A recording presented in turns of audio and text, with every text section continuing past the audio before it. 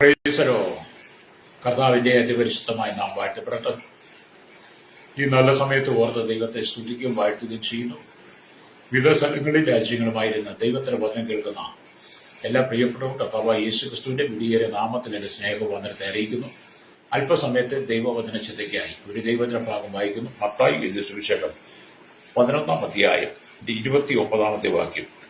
ഞാൻ സൗമ്യതയും താഴ്മയും ഉള്ളവൻ ആകയാൽ എന്റെ മുഖം ഏറ്റുകൊണ്ട് എന്നോട് പഠിപ്പിൻ, എന്നാൽ നിങ്ങളുടെ ആത്മാക്കൾക്ക് ആശ്വാസം കണ്ടെത്തും. പ്രൈസലോ. ഈ തിരുവഴുത്ത് കഴിഞ്ഞ ചില ദിവസങ്ങൾ നമ്മൾ സംസാരിച്ചിട്ടുണ്ട്, 1-2 ദിവസം. ഇന്ന് നമ്മളിവിടെ ചിന്തിക്കുന്ന വചനം എന്ന് പറയുന്നത് നിങ്ങളുടെ ആത്മാക്കൾക്ക് ആശ്വാസം കണ്ടെത്തും. ഹല്ലേലൂയ. എന്താ, കർത്താവിന്റെ മുഖം ഏറ്റുകൊണ്ട് കർത്താവിന്റെ പഠിക്കുന്നെങ്കിൽ മാത്രമേ നമ്മുടെ ആത്മാക്കൾക്ക്, നമ്മുടെ ആത്മാവിന് ആശ്വാസം കണ്ടെത്താൻ കഴിയുള്ളൂ. പ്രൈസലോ. അപ്പം നമ്മുടെ ആത്മാക്കൾക്ക് ആശ്വാസം കണ്ടെത്തണമെങ്കിൽ നമ്മൾ ക്രിസ്തുവിന്റെ മുഖത്തെ നമ്മൾ ആത്മാവിൽ ഏറ്റുകൊണ്ട് നമ്മൾ ആ ഒരു ദൈവിക വിശ്രാമം ആഗ്രഹിക്കുമ്പോൾ മാത്രമേ നമുക്ക് ആശ്വാസകരമായ ജീവിതം നയിക്കാൻ കഴിയുള്ളൂ. ഹല്ലേലൂയ. എന്ന് പറഞ്ഞാൽ ഹല്ലേലൂയ, പണ്ട് കാലത്ത് നില ഉഴുവാനോ അങ്ങുവാൻ വേണ്ടി വണ്ടി വലിക്കുന്ന കാളകളെ ഉപയോഗിക്കുന്നവരുണ്ട്. കാളകളെ തമ്മിൽ യോജിപ്പിക്കുവാനായി അവയുടെ കഴുത്തിൽ നുകം വെക്കും. ഹല്ലേലൂയ. ആ ഉരുണ്ടതും നീളത്തിലുള്ളതുമായ ആ മരക്കഷ്ണമാണ് നുകം. ഹല്ലേലൂയ. ഒരേ വളർച്ചയും ഒരേ ബലവും ഉള്ള 2 കാളകളെ അപ്പുറത്തും ഇപ്പുറത്തും വെച്ച് ആ നുകം ആ കാളകളുടെ മേൽ വെച്ച് കഴിയുമ്പോൾ ഉടയവൻ പറയുന്ന പോലെ ആ നില ഒഴുകി മറിക്കുവാൻ കാളയ്ക്ക് കഴിയുമായിരുന്നു. ഹല്ലേലൂയ. എന്ന് പറഞ്ഞാൽ ആ നുകം കാളയുടെ മേൽ ഇരിക്കുന്നത് കൊണ്ട് ആ കാള ഈ നുകം വലിച്ചുകൊണ്ട് പോകുന്നുണ്ട്, നിലം മുഴുവൻ എന്തെങ്കിലും ഉഴുതെടുക്കും. ഹല്ലേലൂയ. ഈ ഇന്ന് പറഞ്ഞതുപോലെ എന്നെ കേൾക്കുന്ന പ്രശ്നം, നമ്മുടെ മേൽ ക്രിസ്തുവിന്റെ നുകം ഉണ്ടെങ്കിൽ, ആ നുകം ഏറ്റുകൊണ്ടാണ് നമ്മൾ ഈ ഭൂമി ജീവിക്കുന്നതെങ്കിൽ നിശ്ചയമായിട്ടും നമുക്ക് നല്ലൊരു ഫലം കായ്ക്കാൻ കഴിയും. നമ്മുടെ ആത്മാവിന് ആശ്വാസം കണ്ടെത്താൻ കഴിയും. ഹല്ലേലൂയ. നമ്മുടെ ആത്മാക്കൾക്ക് ആശ്വാസം ഇല്ലാതെ പോയത് മനുഷ്യന്റെ ജീവിത സാഹചര്യങ്ങളാണ്. അപ്പോസ്തലനായിരിക്കുന്ന പൗലോസ് പറയുന്ന ആലോചന എന്താണ്? ഹല്ലേലൂയ. പൗലോസിന്റെ ആലോചന നമ്മൾ വളരെ ശക്തമായിട്ട് പഠിക്കേണ്ടതാണ്. 2 കൊരിന്ത്യർ ലേഖനം 6-ാം അധ്യായം വായിക്കുമ്പോൾ നമുക്കത് മനസ്സിലാക്കാൻ കഴിയും. 2 കൊരിന്ത്യർ ലേഖനം 6-ാം അധ്യായം അതിന്റെ 14-15 വാക്യം വായിക്കുമ്പോൾ ഇങ്ങനെ എഴുതിയിരിക്കുന്നു. ഹല്ലേലൂയ. കർത്താവിനെ ഉയർപ്പിച്ചതുപോലെ നിങ്ങളെ ഉയർത്തുന്ന. അവിടെ ഇങ്ങനെയാണ്, ശരീരവും ദുർനടപ്പില്ല, കർത്താവിനെത്രേ, കർത്താവ് ശരീരത്തിനും, എന്നാൽ ദൈവം കർത്താവിനെ ഉയർപ്പിച്ചതുപോലെ നമ്മയും തന്റെ ശക്തിയാൽ ഉയർപ്പിക്കും. നിങ്ങളുടെ ശരീരങ്ങൾ ഹല്ലേലൂയ കർത്താവിന് വേണ്ടി ഏൽപ്പിക്കണമെന്നാണ് വചനം പറയുന്നത്. അതുപോലെ നമ്മുടെ ശരീരങ്ങൾ എന്ത് ചെയ്യണം? കർത്താവിന് വേണ്ടി. നിങ്ങളുടെ ശരീരം ക്രിസ്തുവിന്റെ അവയവങ്ങൾ ആകുന്നു. ഹല്ലേലൂയ. എന്ന് അറിയുന്നില്ലയോ? ക്രിസ്തുവിന്റെ അവയവങ്ങളെ ഞാനെടുത്ത് വേശ്യയുടെ അവയവങ്ങൾ ആക്കുമോ എന്ന് അവിടെ കാണുന്നുണ്ട്. പ്രൈസ്. ഞാൻ ഒന്നും ആ വചനം ശക്തമായിട്ട് വായിച്ച് കേൾപ്പിക്കാം. 2 കൊരിന്ത്യർ ലേഖനം 6-ാം അധ്യായം അതിന്റെ 14 തൊട്ടുള്ള വാക്യങ്ങൾ. ശരീരമോ ദുർനടപ്പിനല്ല, കർത്താവിനെത്രേ, കർത്താവ് ശരീരത്തിനും, എന്നാൽ ദൈവം കർത്താവിനെ ഉയർപ്പിച്ചതുപോലെ നിങ്ങളെയും തന്റെ ശക്തിയാൽ ഉയർപ്പിക്കും. നിങ്ങളുടെ ശരീരങ്ങൾ ക്രിസ്തുവിന്റെ അവയവങ്ങൾ ആകുന്നു എന്ന് അറിയുന്നില്ലയോ? ക്രിസ്തുവിന്റെ അവയവങ്ങളെ ഞാൻ എടുത്ത് വേശ്യയുടെ അവയവങ്ങൾ ആക്കുമോ? ഒരു നാള് വരുത്, വേശ്യയുടെ പറ്റി ചേരുന്നവൻ അവളുമായി ഏക ശരീരമാകുന്നു എന്ന് നിങ്ങൾ അറിയുന്നില്ലയോ? ഇരുവരും ഒരു ദേഹമായി തീരും എന്ന് പറഞ്ഞാൽ കൊരിന്ത്യ സഭ പാപത്താൽ അറിയപ്പെട്ടു.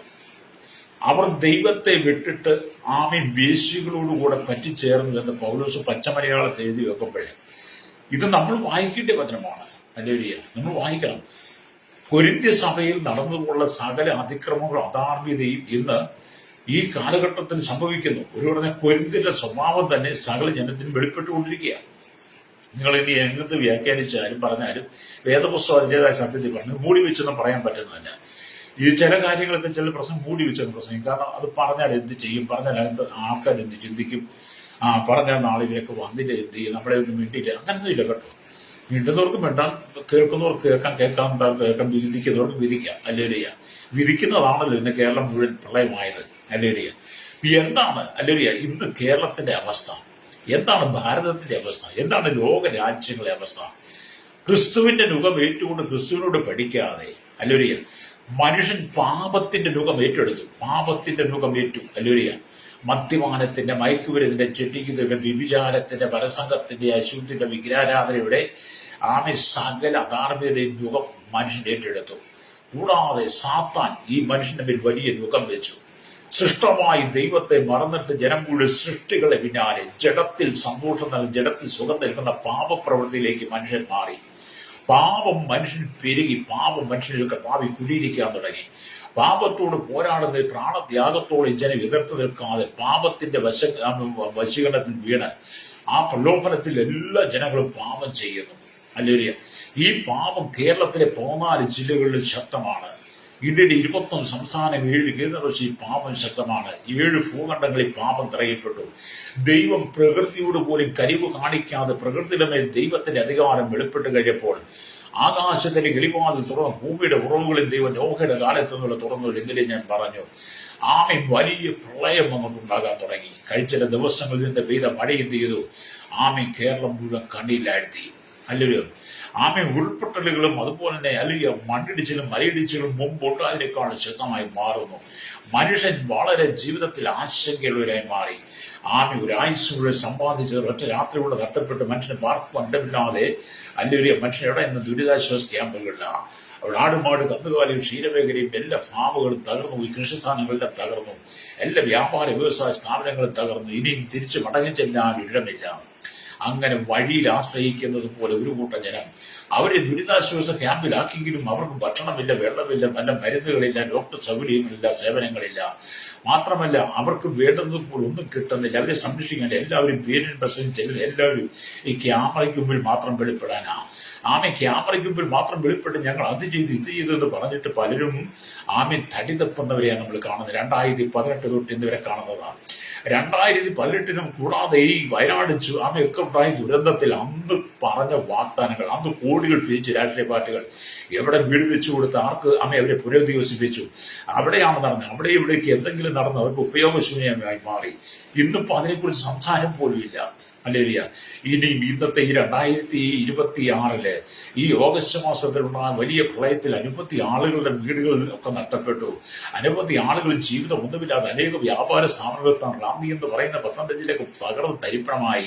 ഇതിന്റെയൊക്കെ മുമ്പിൽ ഫോട്ടോ എടുക്കാനും ക്യാമറയ്ക്ക് മുമ്പിൽ നിൽക്കുവാനും ഒരുപാട് ആരും മാധ്യമം ഇങ്ങനെ കൊണ്ട് അതിനു മുമ്പിൽ മുഖം കാണിക്കാൻ വേണ്ടി അതിനു മുമ്പ് ഞങ്ങൾ അത് ഇത് പറയാൻ വേണ്ടി അനവധി രാഷ്ട്രീയ നേതാക്കന്മാരും സംഘടനകളുമുണ്ട്. സാമൂഹിക സാംസ്കാരിക മീഡിയ രംഗത്തല്ലേ എല്ലാവരും ഉണർന്ന് പ്രവർത്തിക്കുന്നുണ്ട്.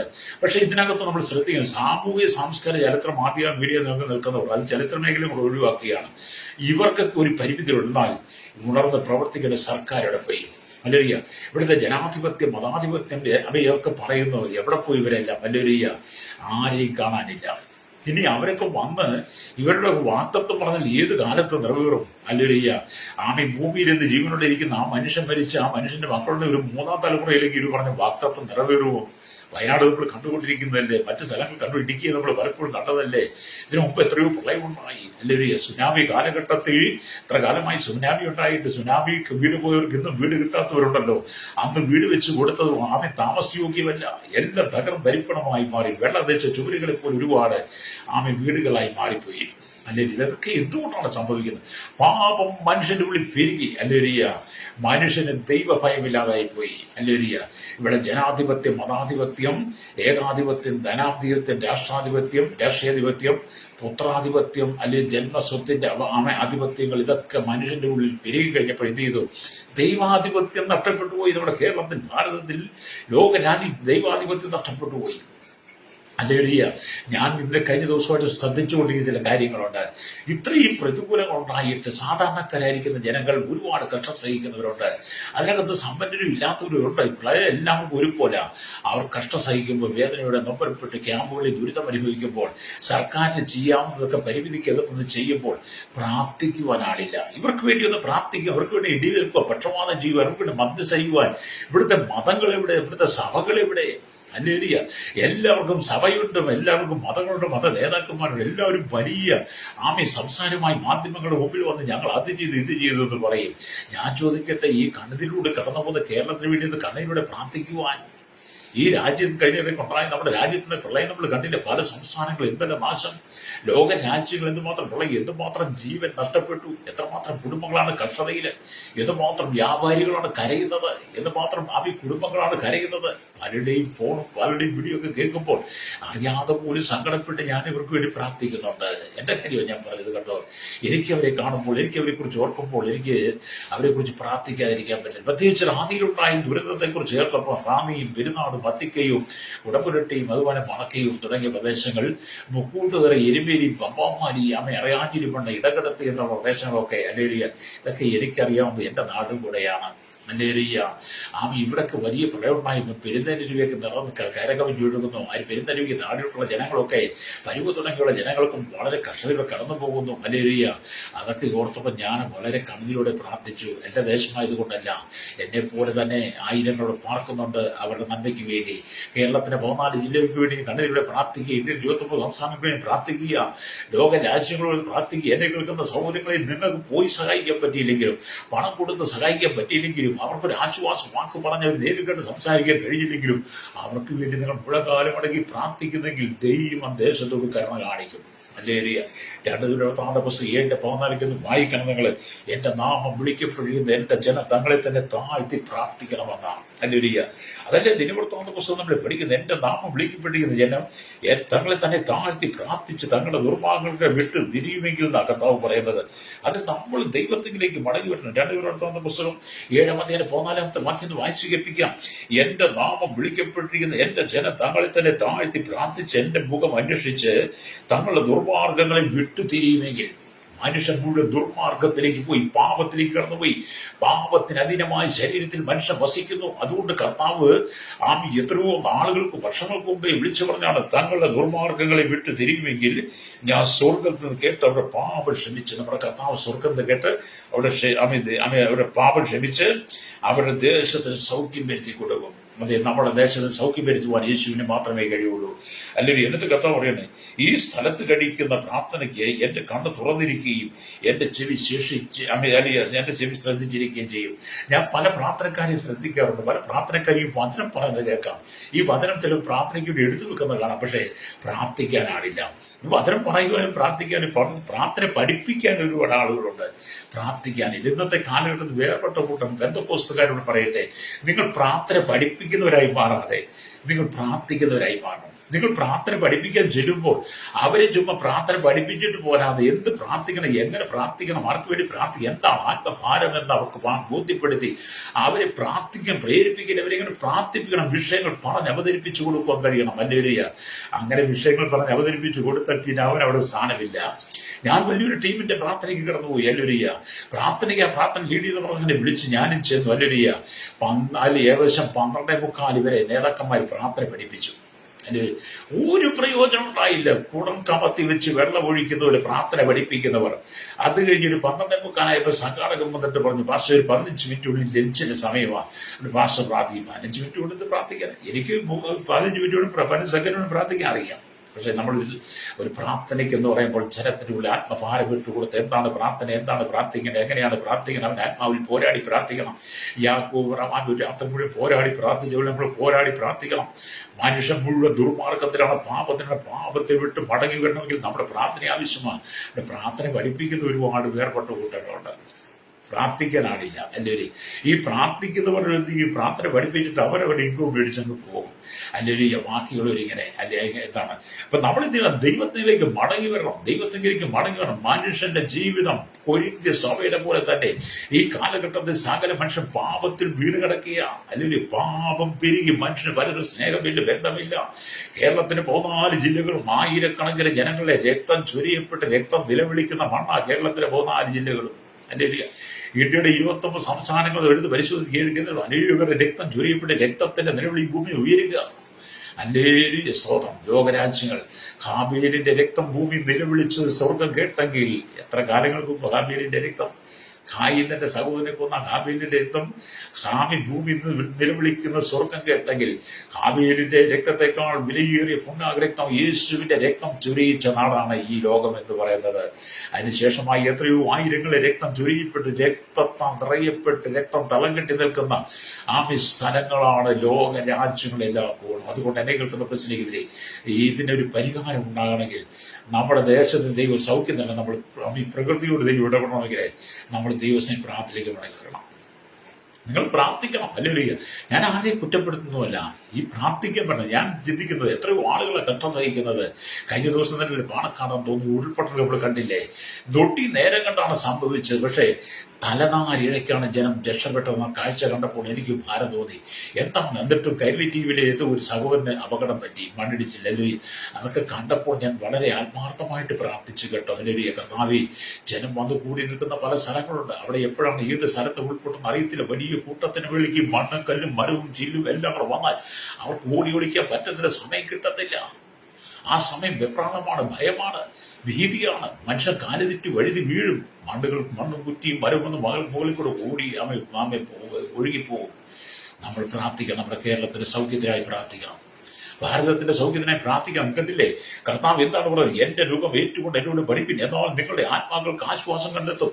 അത് ഇന്ന് കേരളത്തിലെ 3.25 കോടി ജനങ്ങൾ തലമുറ രണ്ടത്തിൽ പ്രവർത്തനം അന്യസംസ്ഥാന തൊഴിലാളികളുണ്ട്. ആരുടെ ആത്മാക്കൾക്ക് ആശ്വാസം കണ്ടെത്താൻ കഴിയാതെ വളരെ ഭയത്തിലാണ്. അല്ലേലിയ. അതുകൊണ്ട് എന്നെ കേൾക്കണം, ക്രിസ്തുവിന്റെ രോഗം ഏറ്റുകൊണ്ട് അല്ലേലിയ നമ്മൾ ആശ്വാസം കണ്ടെത്തണം. ഞാൻ പറഞ്ഞല്ലോ, കാമിന് പാടം ഉഴുതുന്ന കണ്ടം ഉഴുതുന്ന ആ ഉഴുന്ന വണ്ടിക്കാരൻ 2 കാളയെ, ഒരുപോലെ വിലയുള്ള 2 കാളയെ അതിന്റെ തോളിൽ വെക്കുന്ന ഉരുണ്ട തടിവുള്ള രുഗം, ആ രുഗം വെച്ച് കാള ഉഴുത് പാടശേഖരം നിരത്തി കൊടുക്കുമ്പോൾ അതിന് ഉടയവന് വലിയ ആശ്വാസമാണ്. പാടങ്ങളെല്ലാം ഉഴുതി കിട്ടി കഴിഞ്ഞപ്പോൾ വലിയൊരു ആശ്വാസം കിട്ടിയതുപോലെ നമ്മൾ ക്രിസ്തുവിന്റെ നുകം ഏറ്റുകൊണ്ട് നമ്മൾ ദൈവത്തോട് ചേർന്നിരിക്കുന്നെങ്കിൽ നമ്മുടെ ആത്മാക്കൾക്ക് ആശ്വാസം കണ്ടെത്തും. ഇപ്പം നമുക്ക് വീണ്ടും നമ്മുടെ കേരളത്തിലെ ജനത്തിന്റെ ആത്മാക്കൾക്ക് ആശ്വാസമാണ് വേണ്ടിയത്. ഭാരതത്തിലെ ജനത്തിന്റെ ഹൃദയങ്ങൾക്ക് ആത്മാക്കൾക്ക് ആശ്വാസമാണ് വേണ്ടിയത്. നമ്മൾ ചൈനയിൽ കണ്ടില്ലേ, അല്ലേരിയ ലോക രാജ്യങ്ങൾക്ക് വെള്ളപ്പൊക്കത്തം നിറയപ്പെടുന്ന അനവധി രാജ്യങ്ങളുണ്ടല്ലോ. അവിടെയെല്ലാം നമ്മൾ പ്രാർത്ഥിക്കണമെന്നേ. പ്രാർത്ഥിക്കൂടെ നമുക്കിപ്പോൾ ചെയ്യാൻ പറ്റുന്ന പ്രാർത്ഥനയാണ്. അതുകൊണ്ട് ഇവിടെ ദൈവത്തിന് അല്ലേരിയ നമ്മൾ വിവാഹ കാര്യങ്ങളായാലും വ്യാപാര കാര്യങ്ങളായാലും എന്തു തന്നെ ആയിരുന്നാലും രക്ഷിക്കപ്പെടാത്ത ഒരു വ്യക്തിയായി ചേർന്നാൽ നിരന്തരം സ്വസ്ഥതയില്ലാതാകും. അല്ലേരിയ അങ്ങനെ ഒരു ചിന്തയുണ്ടോ? നമ്മളിപ്പം അവിശ്വാസികൾ തമ്മിൽ ഇണയിലപ്പണ കൂടിയത് അല്ലേരിയ. അവിശ്വാസികളുടെ ഇണയിലപ്പണ കൂടിയാൽ വിവാഹം നടന്നാൽ ആ കുടുംബം എന്നും തകർച്ചയായിരിക്കും. അതുപോലെ വ്യാപാര കാര്യങ്ങൾ പരസ്പരം തമ്മിൽ ബന്ധമില്ലാത്തവർ, പരസ്പര വിശ്വാസമില്ലാത്തവർ തമ്മിൽ വ്യാപാരം ഒന്നിച്ച് പങ്കാരംഭിച്ചാൽ അതും തകർന്ന് തരിപ്പണം ഒരുവനെ കഴിപ്പിച്ചു കൊണ്ടുപോകും. അപ്പൊ എന്തു തന്നെ ആയിരുന്നാലും മനുഷ്യൻ പരസ്പരം ബന്ധമുള്ളവനായിരിക്കണം. അല്ലേരിയ. മനുഷ്യൻ പരസ്പരം ബന്ധമുള്ളവരായിരിക്കണം. ആത്മജീവിതത്തിൽ പറയുമ്പോൾ വിവാഹകാര്യമായാലും വ്യാപാരകാര്യം ജോലി കാര്യങ്ങളായാലും പരസ്പരം രക്ഷിക്കപ്പെടാത്ത ഒരു വ്യക്തിയുമായി ചേർന്നാൽ നിരന്തര സ്വസ്ഥതയില്ലാതാകും, മനസ്സമാധാനം നഷ്ടപ്പെടും. അല്ലേരിയ. ആരംഭം നന്നായിരുന്നാലും അന്ത്യം അതിവേദന നിറഞ്ഞതായിരിക്കും. പല ആരംഭവും അതിവേദനയായിരിക്കും. എനിക്കറിയാം, പല വിവാഹ കാര്യങ്ങളും അങ്ങോട്ട് തുടങ്ങി വെച്ചു, പല വിവാഹങ്ങൾ നടത്തി. അവിശ്വാസികൾ വിവാഹം കഴിച്ചു, അവിശ്വാസി വിവാഹം കഴിച്ചു. അങ്ങനെ കഴിച്ചത് കൊണ്ട് എന്ത് ചെയ്തു? ആ കുടുംബങ്ങളെ ഛിന്ന ഭിന്നമായി തകർന്ന് ഇന്ന് സ്വസ്ഥതയില്ല, സമാധാനമില്ല, ഭവനത്തിനകത്ത് മുഴുവൻ പ്രശ്നങ്ങളാണ്. എന്നിട്ടും ഒരു പഠിക്കുന്നില്ല എന്നുള്ളതാണ്. അങ്ങനെ മനുഷ്യൻ ദൈവത്തിന് നകന്നു. അല്ലേരിയ. ഇപ്പം സ്തോത്രം, നമ്മളിപ്പം വിവാഹം ഞങ്ങൾ അവർക്ക് വേണ്ടി ഞങ്ങൾ അവർക്ക് കൊടുക്കത്തില്ല, ഇവർക്ക് കൊടുക്കത്തില്ല, അങ്ങനെ കൊടുക്കത്തില്ല, നാള് ശരിയല്ല, പൊരുത്തം ശരിയല്ല, ഇത് മുഹൂർത്തം ശരി എന്നൊക്കെ പറഞ്ഞ് പലതും പലപ്പോഴും മാറി പിന്നെ ഏതെങ്കിലും കണ്ടുപിടിക്കും. ആ കുടുംബം പിന്നെ എന്തെങ്കിലും തകർച്ചയിലായിരിക്കും. അല്ലേരിയ. സ്തോത്രം. എല്ലാ വിഭാഗത്തിലും നിങ്ങൾ ചിന്തിക്കണം, ഞങ്ങളുടെ അടക്കം വിഭാഗത്തിൽ ചിന്തിക്കണം. അല്ലേരിയ. ഒരാളെ എല്ലാം നമ്മളിത് കണ്ടുകൊണ്ടിരിക്കുന്ന ഒത്തിരി വിഷയങ്ങൾക്ക് നമ്മൾ മധ്യസ്ഥ ചെയ്യുന്നത് കൊണ്ട് പ്രാർത്ഥിച്ചുകൊണ്ടിരിക്കുന്നത് നമ്മളിത് തിരിച്ചറിയുന്നു. എന്നെ കേൾക്കുന്ന സ്നേഹിതരെ, നമ്മുടെ സമാധാനം നഷ്ടപ്പെടരുത്. ആരംഭം നന്നായിരുന്നാലും അന്ത്യം അതിവേദന തന്നെയായിരിക്കും. ആകെ ലോകപ്രകാരമുള്ള നന്മകൾ പ്രതീക്ഷിച്ച് ദൈവമക്കൾ ഒരിക്കലും അല്ലേരിയ സാത്താന്റെ നുഖത്തിലേക്ക് പോകരുത്. ലോകപ്രകാരമുള്ള നന്മകൾ പ്രതീക്ഷിച്ചിട്ട് നമ്മൾ പിശാചിന്റെ നുഖത്തിന് അടിമയായി മാറരുത്. പിശാചിന്റെ നുഖത്തിന് അടിമയായി മാറാൻ ആമീൻ നിന്റെ സാത്താൻ പ്രേരിപ്പിക്കും. ഹല്ലേലൂയ. അങ്ങനെ നീ മാറിയാൽ നിന്റെ ജീവിതം തകർന്ന് തരിപ്പണമാകും. ലോകം മുഴുവൻ പാപത്തെ നിറയപ്പെട്ടു. ഹല്ലേലൂയ. അതുകൊണ്ടാണ് എന്റെ നാമം വിളിക്കപ്പെടുക എന്റെ ജനം തങ്ങളെ തന്നെ താഴ്ത്തി പ്രാർത്ഥിച്ച് എന്റെ മുഖം അന്വേഷിച്ച് തങ്ങളുടെ ദുർമാർഗങ്ങളെ വിട്ടുതീരുമെങ്കിൽ ഞാൻ അവരുടെ പ്രാർത്ഥന കേട്ടവരുടെ ദേശസൗഖ്യം വരുത്തി കൊടുക്കുന്ന കർത്താവ് പറഞ്ഞത്. അത് മനുഷ്യൻ മുഴുവൻ ദുർമാർഗത്തിലായി മാറി, പാപം പെരുകി, അശുദ്ധി പെരുകി, മനുഷ്യരുടെ ദുഷ്കാമങ്ങൾ പെരുകി. ഹല്ലേലൂയ. മാനസാന്തരപ്പെട്ട് മടങ്ങി വരണം. ഞാൻ ഈ കഴിഞ്ഞിടയുണ്ടായി വലിയ മഴക്കാലുണ്ടായി. ഇപ്പോഴും ഈ കഴിഞ്ഞ ഒരാഴ്ചക്ക് മുമ്പ് വലിയ പ്രളയം അമിത കരകവിഞ്ഞൊഴുകുക, കടലക്കിളകി കടലിലും ഭയങ്കര അടിയ ഇരച്ചു തുള്ളി വലിയ തിരമാലകൾ കരയിലേക്ക് അടിച്ചു കയറുന്നത്. കരയൊക്കെ ഒന്നരയാൾ പൊക്കത്തിൽ തിട്ടയായി മാറി നിൽക്കുക, മതിൽക്കെട്ട് പോലെ നിൽക്കുന്ന സമയത്ത് അനവധി സഹോദരന്മാരും ഒക്കെ വീട്ടിൽ നിന്ന് മാതാപിതാക്കളെ കബളിപ്പിച്ച് കടൽ തീരത്തി വലിയ തിരമാല അടിച്ചു കയറി വരുന്നിടത്ത് വലിയ തിരമാലകളെ പോലും അവർക്ക് വകവെക്കാതെ അവർ ഈ കടൽത്തോരത്ത് ഓരോ തുരുത്തുകളിലൊക്കെ വന്ന് അവർ ചെയ്തു കൂട്ടുന്ന പാപങ്ങൾ ഞാൻ കണ്ടപ്പോൾ എനിക്ക് വളരെ വേദന തോന്നി. അങ്ങനെ ഞാൻ പരസ്യമായിട്ട് പ്രാർത്ഥിച്ചൊരു പ്രാർത്ഥന ഈ യൂട്യൂബിലൊക്കെ കിടപ്പുണ്ട്.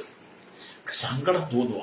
ജനം കടന്നു ഇത്രമാത്രം ദുരന്തങ്ങൾ കണ്ടിട്ടും പ്രാർത്ഥിക്കാൻ വേണ്ടി ജനമില്ല. അവർ പാപത്തിലേക്ക് പോകുന്നു. ലോകം മുഴുവൻ കുരിന്ത് സഭയുടെ പാപം പോലെ സകല ജനങ്ങൾ പാപത്തിൽ. അല്ലെങ്കിൽ നമ്മൾ ക്രിസ്തുവിന്റെ ശരീരത്തിന്റെ അവയവങ്ങളാണ്. നമ്മുടെ ശരീരത്തിന്റെ അവയവങ്ങളെ എടുത്ത് നമ്മൾ പാപത്തോട് കൂട്ടിച്ചേർത്ത് പാപം നമ്മുടെ ശരീരത്തിൽ വസിച്ചപ്പോൾ പാപിയോട് നാം പറ്റിച്ചേർന്നപ്പോൾ എന്ത് ചെയ്തു? ദൈവത്തിന്റെ ന്യായവിധി സകല മേഖലകളും ദൈവം വെറുക്കുന്നു വ്യഭിചാരത്തെ, ദൈവം വെറുക്കുന്നു ദുർനടപ്പിനെ, ദൈവം വെറുക്കുന്നു അശുദ്ധിയെ. ഇതെല്ലാം നിറയപ്പെട്ട് മനുഷ്യ മടങ്ങി വരണം. ഹല്ലേലൂയ. എന്നെ കേൾക്കുന്ന സഹോദരൻ മടങ്ങി. ഏതൻ പർദീസയിൽ, ഏതൻ പൂക്കാവനത്തിൽ ദൈവം ആദമിനെ ഹവ്വയെ സൃഷ്ടിച്ചവരാക്കി. അവർക്ക് പാർക്കാൻ വേണ്ടി മനോഹരമായ തോട്ടത്തെ സൃഷ്ടിച്ച് അതിനകത്ത് വേണ്ടുന്ന എല്ലാ ഫലവൃക്ഷാദികളും ദൈവം കൊടുത്തു. അതേ വാഴുവാൻ ഭൂമി അടയ്ക്ക് വാഴുവാൻ മനുഷ്യ അധികാരം കൊടുത്തു. എന്നാൽ അത് സാത്താൻ എന്ത് ചെയ്തു? അവ സർപ്പരൂപത്തിൽ ഹവ്വയെ സമീപിച്ച് പ്രലോഭനം കൊടുത്തു. ജഡമോഹം, കൺമോഹം, ജീവനത്തിന്റെ പ്രതാപം ഹവ്വയിലേക്ക് പകർന്നു കൊടുത്തപ്പോൾ അവൾ ആ വൃക്ഷഫലം കണ്ട് തിന്മാൻ വാങ്ങിയുള്ളത്. ഹല്ലേലൂയ. അവളത് വാങ്ങി തിന്ന് അവിടെ കണ്ണുകൾ തുറന്നു. ദൈവകൽപ്പന ലംഘിച്ചു, പാപം പെരുകി. ഹവ്വയുടെ കണ്ണു തുറന്നു. അവർ ഭർത്താവിന് കൊടുത്തു. അവരിൽ നിന്ന് കണ്ണു തുറന്നു. അവർ രണ്ടുപേരും നഗ്നരായി. ദൈവം വേലാറിയപ്പോ തോട്ടത്തിൽ വന്നപ്പോൾ അവർ ഓടി ഒളിച്ചു. ഹല്ലേലൂയ. നാണം കൊണ്ട് ലജ്ജ കൊണ്ട് ഓടി ഒളിച്ചു. അവിടെ ഒരു യാഗം നടന്നു. ദൈവം ഒരു മൃഗത്തെ അറുത്തൊരു യാഗം നടത്തി. അതിന് തോൽവസ്ത്രം ധരിപ്പിച്ചു. അത് ക്രിസ്തുവിനെ നിലനിന്ന് കഴിഞ്ഞിടയൊക്കെ പറഞ്ഞിട്ടുണ്ട്. ആ ക്രിസ്തു കാൽവരി കുരിശിൽ നമുക്ക് വേണ്ടി പരമയാഗമായി മാറി നിന്നേക്ക് 2076 വർഷം നമ്മൾ കണ്ടതാണ്. അതുകൊണ്ട് എന്നെ കേൾക്കുന്ന ക്രിസ്തുവിന്റെ പരമയാഗത്തിലൂടെ നമ്മുടെ പാപത്തിന് പരിഹാരത്തെ നമ്മൾ വീണ്ടെടുത്ത് നമ്മെ ഈ ഭൂമിയിലാക്കി വെച്ച് നമ്മൾ അവന്റെ മുഖം ഏറ്റുകൊണ്ട് ക്രിസ്തുവിനോട് പഠിക്കണം. കാൽവറിയിൽ നമുക്ക് വേണ്ടി തകർക്കപ്പെട്ട ക്രിസ്തുവിന്റെ ആ യുഗം ഏറ്റുകൊണ്ട് അവരോട് പഠിക്കുന്നെങ്കിൽ, ക്രിസ്തുവിനെ അനുഗമിക്കുന്നെങ്കിൽ നമ്മുടെ ആത്മാക്കൾക്ക് ആശ്വാസം കണ്ടെത്താൻ കഴിയും. ഹല്ലേലൂയ. അതുകൊണ്ട് എന്നെ കേൾക്കുന്ന പ്രിയ സ്നേഹിതാ, ഒരു കാലത്ത് നാം പാപത്തിന്റെ അടിമത്തത്തിൽ വളരെയധികം കഷ്ടപ്പാടുകൾ സഹിച്ചു. സാത്താന്റെ യുഗം നമ്മുടെ ആത്മാവിനെ ക്രൂരമായി വിശക്കപ്പെട്ടിരുന്നു. ഒരു കാലഘട്ടത്തിൽ ഇന്നും പലരും അല്ലെങ്കിൽ പാപത്തിന്റെ യുഗം തോളിച്ചു വന്നുകൊണ്ടിരിക്കുക. സാത്താന്റെ ക്രൂരമായ യുഗമാണ്. ഹല്ലേലൂയ. സ്തോത്രം ഇരിക്കുന്നത്. ഹല്ലേലൂയ. നമ്മൾ കാണുന്നില്ല, ഈ ജോലിയൊക്കെ കഴിഞ്ഞിട്ട് ഇന്നത്തെ കാലത്ത് ബീവറേജിൽ വന്ന ചില സഹോദരന്മാർ വലിയ കുപ്പി, ഇത്രയും നീളമുള്ള കുപ്പിയൊക്കെ വാങ്ങി ഈ വയറിനെ ഇവിടെ താത്തി വെച്ച്, പുറയിലൊക്കെ താത്തി വെച്ച്, സാത്താന്റെ യുഗം താത്തി വെച്ചുകൊണ്ടിരുന്നത്. പിശാചിന്റെ യുഗം വലിയ കുപ്പി. അല്ലെങ്കിൽ ചിലരൊക്കെ കുടിച്ചിട്ട് ഇങ്ങോട്ട് വരുന്ന കണ്ടു കഴിഞ്ഞാലോ തുമ്പിയെ പിടിക്കാൻ വരുന്നത് പോലെ പാപത്തിന്റെ മുഖം വലിച്ചുകൊണ്ട് നടക്കുന്ന സോമാവി, നീയാണ് ഈ ഭൂമിയിൽ പാപം പെരുകുവാൻ കാരണം. പാപത്തെ നീ ചെയ്യുന്നത് കണ്ടതിന്റെ മക്കൾ കണ്ടുപിടിക്കും. നിന്റെ തലമുറകൾ പാപത്തിൽ വളരും. അങ്ങനെ സകല മനുഷ്യൻ പാപം പെരുകുമ്പോൾ ദൈവത്തിന്റെ അല്ലെങ്കിൽ കോപം നമ്മുടെ മേൽ വെളിപ്പെടും കേട്ടോ. ഹല്ലേലൂയ. സ്തോത്രം. നീ മനസ്സാന്തരപ്പെട്ട് മടങ്ങി വരണം. ഹല്ലേലൂയ. അതുകൊണ്ട് നമ്മുടെ ആത്മാവിന്റെ സാത്താന്റെ പാപം വെക്കരുത്, സാത്താന്റെ മുഖം വെക്കരുത്. കർത്താവിലേക്ക് നോക്കി നിങ്ങൾ ദൈവത്തിന്റെ വാഗ്ദത്തങ്ങളെ ഏറ്റെടുത്തുകൊണ്ട് ക്രിസ്തുവിന്റെ മുഖം ഏറ്റുകൊണ്ട് എന്നോട് പഠിപ്പിക്കുന്ന ക്രിസ്തു പറഞ്ഞതുപോലെ നിങ്ങൾ ദൈവത്തിന്റെ മുഖം ഏറ്റുകൊണ്ട് ക്രിസ്തുവിനോട് പഠിക്കണം. ഹല്ലേലൂയ. യിരെമ്യാ പ്രവാചകന്റെ പുസ്തകത്തിലേക്ക് വരുമ്പോൾ നമുക്കത് കാണാൻ കഴിയും. യിരെമ്യാവിന്റെ പ്രവാചക പുസ്തകത്തിലേക്ക് വരുമ്പോഴാണ് നമുക്ക് കാണാൻ കഴിയും. യിരെമ്യാ പ്രവാചകന്റെ പുസ്തകം 30-ാമത്തെ 8-ാമത്തെ വാക്യം ഇങ്ങനെ കാണുന്നുണ്ട്. അന്ന് ഞാൻ അവന്റെ മുഖം നിന്റെ കഴുത്തിൽ ഒടിച്ച് ബന്ധനങ്ങളെ അറുത്ത് കളയും. അന്യന്മാർ ഇനി അവനെ കൊണ്ട് സേവ ചെയ്യുകയില്ല എന്ന് സൈന്യങ്ങൾ യഹോവയുടെ അരുളപ്പാട്. ഇത് പ്രവാസത്തിൽ കിടക്കുന്ന ഇരമ്യാവ് അന്ന് പ്രവാസത്തിൽ കിടക്കുന്ന ജനങ്ങളോട് പറഞ്ഞതാണ്. ഹല്ലേലൂയ. എന്താണ് പറഞ്ഞത്? സ്തോത്രം. ഹല്ലേലൂയ. സ്തോത്രം. ഹല്ലേലൂയ. അവന്റെ നുകം, അന്ന് കർത്താവ് അവന്റെ നുകം, സാത്താൻ നുകം നിന്റെ കഴുത്തിൽ നിന്ന്, അല്ലെങ്കിൽ പ്രവാസി കിടക്കുന്ന ജനത്തിന്റെ കഴുത്തിൽ നിന്ന് ഒടിച്ച് ബന്ധനങ്ങളെ അറുത്ത് കളയുന്നു. ഹല്ലേലൂയ. അറുത്ത് കളയും. മാത്രമല്ല അന്യന്മാർ ഇനി നിന്നെ ഇനി നശിപ്പിക്കത്തില്ല. അന്യന്മാർ നിന്നെ കൈവശമാക്കത്തില്ല. അത് എന്നെ കേൾക്കുന്ന സാത്താന്റെ നുകം, പാപത്തിന്റെ നുകം, അന്യന്മാരുടെ നുകം, ജഡിക നുകം നിന്റെ മേൽ നിൽക്കുന്നിടത്തോളം കാലം അത് നീ ചെയ്യുന്നതിന്റെ തലമുറ കണ്ടാൻ മുഖത്തെങ്കിലുള്ള പാപത്തിന്റെ നുകം ഏറ്റെടുക്കുമ്പോൾ അത് നിന്റെ സമൂഹം മുഴുവൻ നിറയപ്പെടുകയാണ്. അതുകൊണ്ട് ഇന്ന് പകൽ പാപത്തിന്റെ നുകത്തെ വിട്ടിട്ട് ക്രിസ്തുവിന്റെ നുകം ഏറ്റുകൊണ്ട് നിങ്ങൾ ക്രിസ്തുവിനോട് പഠിക്കുന്നെങ്കിൽ നിങ്ങളുടെ ആത്മാക്കൾക്ക് ആശ്വാസം കണ്ടെത്തും. അതെ, ഞാൻ കഴിഞ്ഞ രാത്രിയിൽ പലപ്പോഴും ഉറക്കമുണർന്നപ്പോൾ, ഹല്ലേലൂയ, രാത്രി ആവശ്യം വെളുപ്പിനെ എഴുന്നേറ്റപ്പോൾ അന്നേരെല്ലാം മഴ പെയ്തുകൊണ്ടിരിക്കുക. ഞാൻ അന്നേരം ചിന്തിച്ച്, കർത്താവ് ഇന്നും മഴയാണോ? ഇന്നും കർത്താവ് ഞങ്ങളുടെ ജനത്തിന് സ്വസ്ഥതയില്ലേ? അവിടെ ആത്മാക്കൾക്ക് ഒരു ആശ്വാസമില്ലേ? ഞങ്ങളുടെ ജനത്തോട് കരുണ കാണിക്കത്തില്ലേ? പ്രകൃതിയുടെ ഇടപെടത്തില്ലേ? പ്രകൃതി അങ്ങ് നിയന്ത്രിക്കത്തില്ലേ? കാറ്റിനെയും കടലിനെ നിർമ്മിച്ചതിനെ, കാറ്റിനും കടലിനും അധികാരമുള്ള കർത്താവേ, ഒരു ശാസ്ത്രം നൽകണമേ. ഞങ്ങൾക്കൊരു ജനത്തിന് ഒരു ആശ്വാസം നൽകണമേ. ഒരു ആത്മാക്കൾക്ക് ഒരു ആശ്വാസം കണ്ടെത്തണമെന്ന് ഞാൻ പ്രഭാതത്തിൽ ദൈവത്തോട് പ്രാർത്ഥിച്ചു. ഹല്ലേലൂയ. പ്രഭാതം എന്ന് പറയുമ്പോൾ ചിലർക്കൊക്കെ പ്രമാദമായി വരുന്നതേ ഉള്ളൂ. എൻ്റെ പ്രമാദം എന്നൊക്കെ കറിഞ്ഞാൽ ഞാൻ 3 മണിക്ക് എഴുന്നേൽക്കാറുള്ളത് കൊണ്ട് 2:30 മണിക്കാണ് ഇപ്പോൾ എഴുന്നേൽക്കുന്നത്. 2:30 മണിക്ക് എഴുന്നേൽക്കുന്നതുകൊണ്ട് അന്നാരം തൊട്ട് എൻ്റെ പ്രാർത്ഥനയിൽ ഞാൻ ജനത്തെ വഹിച്ചുകൊണ്ട് പ്രാർത്ഥിക്കുക. എനിക്ക് നിങ്ങളെ അറിയില്ല, നിങ്ങൾക്ക് എന്നെ അറിയില്ല. ഒരുപക്ഷെ നിങ്ങൾ എന്നെ ഇങ്ങനെ കണ്ടിട്ടുള്ള പരിചയം മാത്രമേ കാണുള്ളൂ. എന്നാൽ പത്തനംതിട്ട ജില്ലയിൽ എൻ്റെ നാട്ടുകാർക്ക് എന്നെ അറിയാം, കുറെ ആളുകൾക്ക്. ഹല്ലേലൂയ. ഞാൻ നിൽക്കുന്ന ദിവസം അറിയാം. ഞാൻ നിങ്ങൾക്ക് വേണ്ടി പ്രാർത്ഥിക്കുക. എന്തുകൊണ്ടാണ്? നമ്മുടെ ദേശത്തിന് ദുർമാർഗങ്ങളെ വിട്ട് തീരണം. നമ്മുടെ ദേശത്തിന് ദുർമാർഗങ്ങളെ വിട്ട് കുടുംബങ്ങൾ മുഴുവൻ പാപത്തിൽ നിറയപ്പെട്ട് കിടക്കുമ്പോൾ ദൈവത്തിന്റെ ന്യായയുടെ കരം വെളിപ്പെടുമ്പോൾ നമുക്കതിനെ നിയന്ത്രിക്കാൻ പറ്റത്തില്ല. ദുരന്ത നിവാരണ സേനയുണ്ടെന്ന് പറഞ്ഞാലും ഹല്ലേലൂയ, മാത്രമല്ല മറ്റെന്തെല്ലാം സന്നദ്ധ സംഘടനകളും എന്തെല്ലാം ഭരണ സംവിധാനങ്ങൾ ഉപയോഗിച്ച് പ്രളയത്തെ തടയാൻ നോക്കിയാലും അതിന്റെ പരിമിതികളുണ്ടെന്നേ. ഹല്ലേലൂയ. അവരെ ഞാൻ കുറ്റമൊന്നും പറയത്തില്ല. അവർ രാപകലില്ലാതെ രാത്രിയും പകലും ഒരു ജീവന്റെ രക്ഷയ്ക്ക് വേണ്ടി, ഒരു ജീവന്റെ വിടലിന് വേണ്ടി അവർ ഈ വെള്ളക്കെട്ടിലൂടെ സഞ്ചരിക്കുക എന്ന് കണ്ടില്ലേ? വള്ളങ്ങളിലും കൊട്ടവള്ളങ്ങളിലും ഒക്കെ ആയിട്ട് അവർക്കും ജീവനുണ്ട് പ്രിയരേ. അവർ ചെയ്യുന്നതിനൊക്കെ പരിമിതിയുണ്ട്. നമ്മുടെ സർക്കാരിന്റെ ജീവനൊക്കെ, പോലീസ് അടക്കമുള്ള വിവിധ വകുപ്പുള്ള ഉദ്യോഗസ്ഥന്മാർ രാപകലില്ലാതെ കഷ്ടപ്പെടുക. അവർക്കൊക്കെ പരിമിതി, അവർക്ക് കുടുംബവും നമ്മൾ ചിന്തിക്കണം. ഹല്ലേലൂയ. അവരെയൊന്നും കുറ്റം പറഞ്ഞിട്ട് കാര്യമില്ല. പക്ഷെ നമുക്ക് ചെയ്യാൻ കഴിയുന്ന പ്രാർത്ഥിക്കാൻ പറ്റും. ഹല്ലേലൂയ. അവർക്ക് വേണ്ടി പ്രാർത്ഥിക്കണം. അവരുടെ കഷ്ടപ്പാട് കാണണം, അവരുടെ വേദനകൾ കാണണം, അവരുടെ നൊമ്പരങ്ങൾ കാണണം. അവർക്ക് വേണ്ടി നാം കണ്ണീരോടെ പ്രാർത്ഥിക്കണം. കർത്താവേ, ഞങ്ങളുടെ കേരളത്തിന് സമാധാനം നൽകണമേ, ഭാരതത്തിന് സമാധാനം നൽകണമേ, ലോകരാജ്യ സമാധാനം, ഈ പ്രളയത്തിൽ ഞങ്ങളെ വിടിവിക്കണമേ, ഈ ദുരന്തത്തിൽ ഞങ്ങളെ വിടിവിക്കണമേ. പ്രകൃതിയോട് ദൈവം കരുണ കാണിക്കണമേ, പ്രകൃതിയോട് ദൈവം മനസ്സെയ്യണമേ. ഹല്ലേലൂയ. ഞങ്ങളുടെ ആത്മാക്കൾക്ക് ആശ്വാസം കൊടുക്കണമെന്ന് പ്രാർത്ഥിക്കുവാൻ എന്നെ കേൾക്കുന്ന സഹോദര സഹോദരി, ഈ പ്രഭാതത്തേക്ക് നിനക്ക് കഴിഞ്ഞോ? 1-ാം തീയതി തൊട്ട് മഴ തുടങ്ങിയതാ. 2-ാം തീയതി കഴിഞ്ഞു, 3-ാം തീയതി കഴിഞ്ഞു, ഇന്നത്ര 4-ാം തീയതിയാണെന്ന് തോന്നുന്നു. ഹല്ലേലൂയ. ഈ 4-ാം തീയതി ആയിട്ട് നിനക്ക് 4-ാം തീയതി പ്രഭാതത്തിൽ എഴുതിട്ട് ഈ ജനത്തിന് വേണ്ടി പ്രാർത്ഥിക്കുവാൻ നിനക്ക് കഴിഞ്ഞോ? ശ്രോതാവേ, എന്നെ കേൾക്കുന്ന വേർപെട്ട കൂട്ടങ്ങളോട് പറയട്ടെ, ക്രൈസ്തവ വിശ്വാസത്തോട് ചോദിക്കട്ടെ, ഈ 4 ദിവസം പ്രളയം കേരളത്തിൽ അതിശക്തമായി മാറിയിട്ട് നിങ്ങൾ എത്ര ദിവസം എഴുന്നേറ്റ് പ്രാർത്ഥിച്ചു? ഹല്ലേലൂയ. നിങ്ങൾക്ക് എന്തെങ്കിലും പരാതികളൊക്കെ ഉണ്ടെങ്കിൽ താഴെ കമന്റ് ഇട്ടാൽ മതി, ഞാൻ നിങ്ങൾക്ക് വേണ്ടി പ്രാർത്ഥിച്ചോളാം. ഹല്ലേലൂയ. ചീത്ത വിളിക്കുന്നവരും ഒക്കെ ഉണ്ട്. ഹല്ലേലൂയ. അതൊന്നും എനിക്ക് പ്രശ്നമല്ല. പക്ഷെ ഞാൻ മറ്റുള്ള സങ്കടങ്ങളെ കണ്ട് പ്രാർത്ഥിക്കുന്നു. എനിക്ക് പ്രാർത്ഥിക്കുന്നതിനകത്ത് ജാതിയോ മതമോ വർഗമോ വർണ്ണമോ വ്യത്യാസമോ നിറവൊന്നുമില്ല.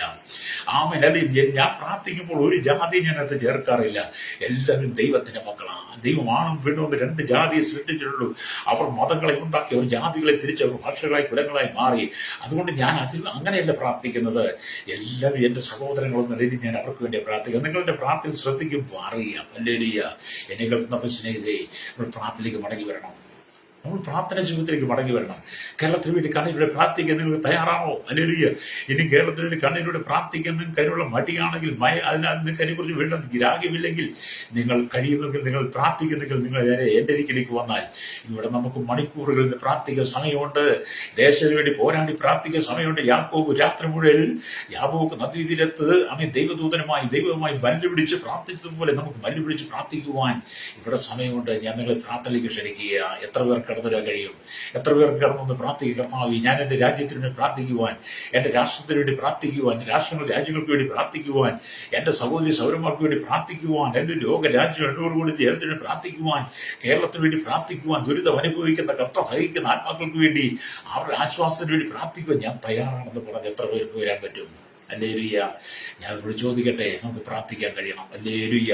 അത് ഇന്ന് പകലിനെ കേൾക്കുന്ന നമ്മുടെ സ്നേഹിതരെ, അപ്പൊ ദൈവത്തിന് പറയും, ഇന്ന് സാത്താൻ അനേക യൗവനക്കാരുടെ മേൽ മയക്കുമരുന്നിനെ നുകം വെച്ചിരിക്കുക. ഇന്ന് സാത്താൻ അനേക യൗവനക്കാരി കുഞ്ഞുകുട്ടികൾ അടക്കം, മാതാപിതാക്കൾ അടക്കം അമ്മ കഞ്ചാവിന്റെ, ചരസിന്റെ, കറുപ്പിന്റെ, കാട്രിഷിന്റെ, ബ്രൗൺഷറിന്റെ, ഹെയറോയിലിന്റെ, നെഹലിന്റെ, അതുപോലെ മാമി എന്റെയുടെ സിന്തർ വിവിധ ഗുളികകൾ, വിവിധമായ എല്ലാമേ ലായനികൾ, അങ്ങനെ വിവിധ യുഗങ്ങൾ, പാപത്തിന്റെ യുഗങ്ങൾ, അനുഭൂതി, വ്യഭിചാരങ്ങൾ, അശുദ്ധികൾ, ദുഷ്കാമർ, ദുർമതപ്പോൾ, സ്വയംഭോഗങ്ങൾ, സ്വവർഗ ഭോഗങ്ങൾ, ഇങ്ങനെയുള്ള ദൈവം വെറുക്കുന്ന അനുഭൂതി, പാപങ്ങൾ, ധനസമൃദ്ധി, അതുപോലെ ദിവ്യാഗ്രഹം അടക്കമുള്ള പലിശകളും കൊള്ളപ്പലിശകളും, പിടിച്ചുപറി, മോഷണം, അരാജകത്വം, അഴിമതി, കരിചിന്ത, പുകഴ്ത്തിവെപ്പ്, കൈക്കൂലി തുടങ്ങി എല്ലാ പാപത്തിന്റെ യുഗങ്ങളും ഭൂമിയിൽ പെരുകി മനുഷ്യനെ കൊന്നൊടുക്കുന്നതിനകത്ത് യാതൊരു മടിയുമില്ല. ജീവനുള്ള മനുഷ്യനെ ഏത് വിധത്തിലും കൊന്നൊടുക്കുക, അവന്റെ രക്തം ചുരന്റെ കാമരി അവരെ വെട്ടിമുറിക്കുന്ന മനുഷ്യൻ ഭയമില്ലാത്തവനായി മാറി. പാപത്തിന്റെ രൂപം സകല മനുഷ്യനും പെരുകി. നമ്മൾ പ്രാർത്ഥനയിലേക്ക് മടങ്ങി വരണം. ഹല്ലേലൂയ.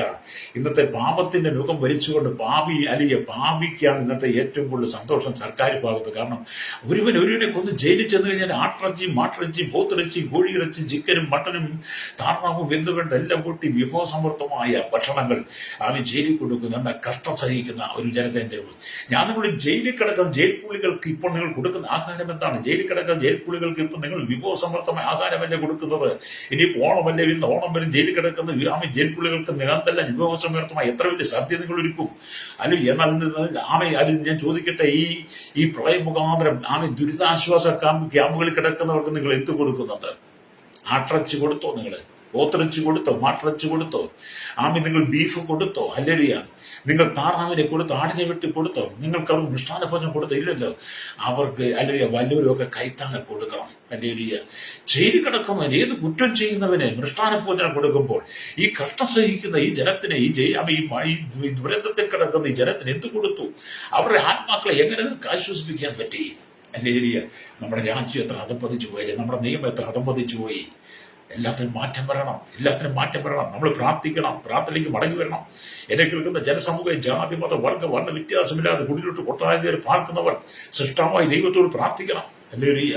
മനുഷ്യന്റെ അധർമ്മം മാറാൻ വേണ്ടി, മനുഷ്യന്റെ അകൃത്യം മാറാൻ വേണ്ടി, ദോഷവും വ്യഭിചാരമുള്ള തലമുറ, ആ വക്രതയും കോട്ടമുള്ള തലമുറ പാപത്തിനധീനമായി ശരീരത്തിൽ വസിക്കുന്നു.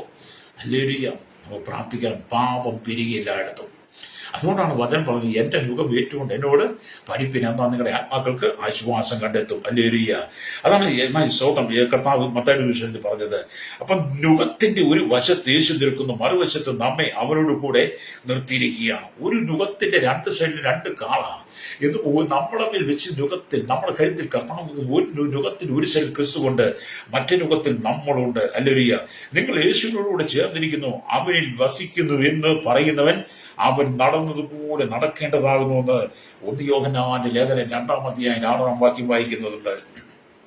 1 യോഹന്നാന്റെ ലേഖനം 2-ാം അധ്യായം 6-ാമത്തെ വാക്യം വായിക്കുന്നത് എന്താണ്? ഇങ്ങനെ വായിക്കുന്നു, ഹല്ലേലൂയ, സ്തോത്രം, നാം അവനിൽ വസിക്കുന്നു എന്ന് പറയുന്നവൻ അവൻ നടന്നതുപോലെ നടക്കേണ്ടതാകും. അത് യേശു നടന്നതുപോലെ, യേശു ക്രിസ്തുവിന്റെ 33 തിരുവയസ്സ് ജീവിതത്തിൽ 3.5 വർഷം വരെ പരിശുദ്ധയിൽ യേശു നടന്നതുപോലെ നമ്മൾ നടക്കണം. അവന്റെ നുകം ഏറ്റുകൊണ്ട് അവനോട് ചേർന്ന് നടക്കണം. ഹല്ലേലൂയ.